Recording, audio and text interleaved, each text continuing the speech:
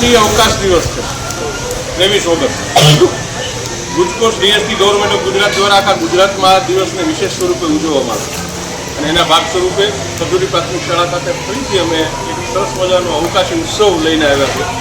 વિદ્યાર્થીઓમાં space science અને astronomy ઉપર એક જાગૃતિ જાગે, જુદા જુદા તમે મોડલ ઇનોવેટિવ મોડેલ બનાવ્યા છે, એ મોડલનું પ્રદર્શન થશે, ઇસરો દ્વારા થયેલા સંશોધનો અને ભવિષ્યમાં થનારા સંશોધનો, ઇસરો દ્વારા વિશ્વ લેવલે જેની ઐતિહાસિક સિદ્ધિ પ્રાપ્ત કરવી પડતી માહિતી અને જુદી જુદી પ્રવૃત્તિઓ દ્વારા વિશેષ સ્વરૂપે આ દિવસને આપણે જોવાથી તમારી શાળાઓને આવવાની બધી તક આપવી પડશે।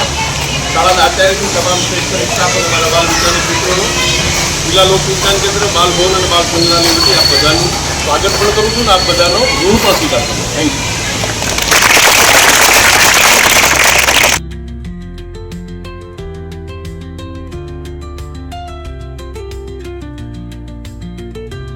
चौदह जूने रोज जुलूस અને 23 ઓગસ્ટ ત્યાં ચંદ્ર ઉપર એ લેન્ડ થયું, ત્યાં વિક્રમ એમાં રોવર બરાબર ને ચંદ્ર ઉપરથી ઘણી માહિતી આપી। ખાસ એમાં એટલા માટે ખાસ છે કે સફળતાપૂર્વક લેન્ડિંગ કરી શકાય। એક અમેરિકા, રશિયા, ચીન, ચોથો ભારત છે।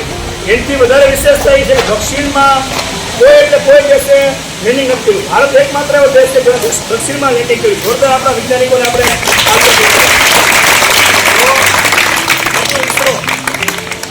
હરિકોટાથી લોન્ચિંગ સેન્ટર આપ્યું છે અને સાયકલ ઉપર અને ગાડા ઉપર રોકેટ લઈ અને એ વખતે લોન્ચિંગની શરૂઆત એને કરી।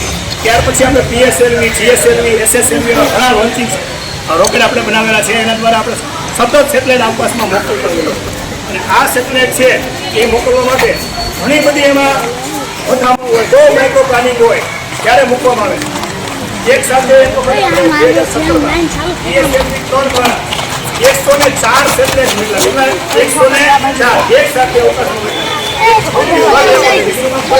અવકાશ દિવસ નિમિત્તે આપણે આજે કાર્યક્રમમાં ખાસ પહેલા જે મોડેલ બનાવ્યા છે એ આપણે પ્રેઝન્ટ કરવા છે, પછી ટેબ્લેટમાં PPT બનાવ્યા એ પ્રેઝન્ટ કરવા છે, આપણે વિડીયો જોવા છે, આ તમામ ક્વિઝ જે ગોઠવેલી છે એ આયોજન લેવું છે।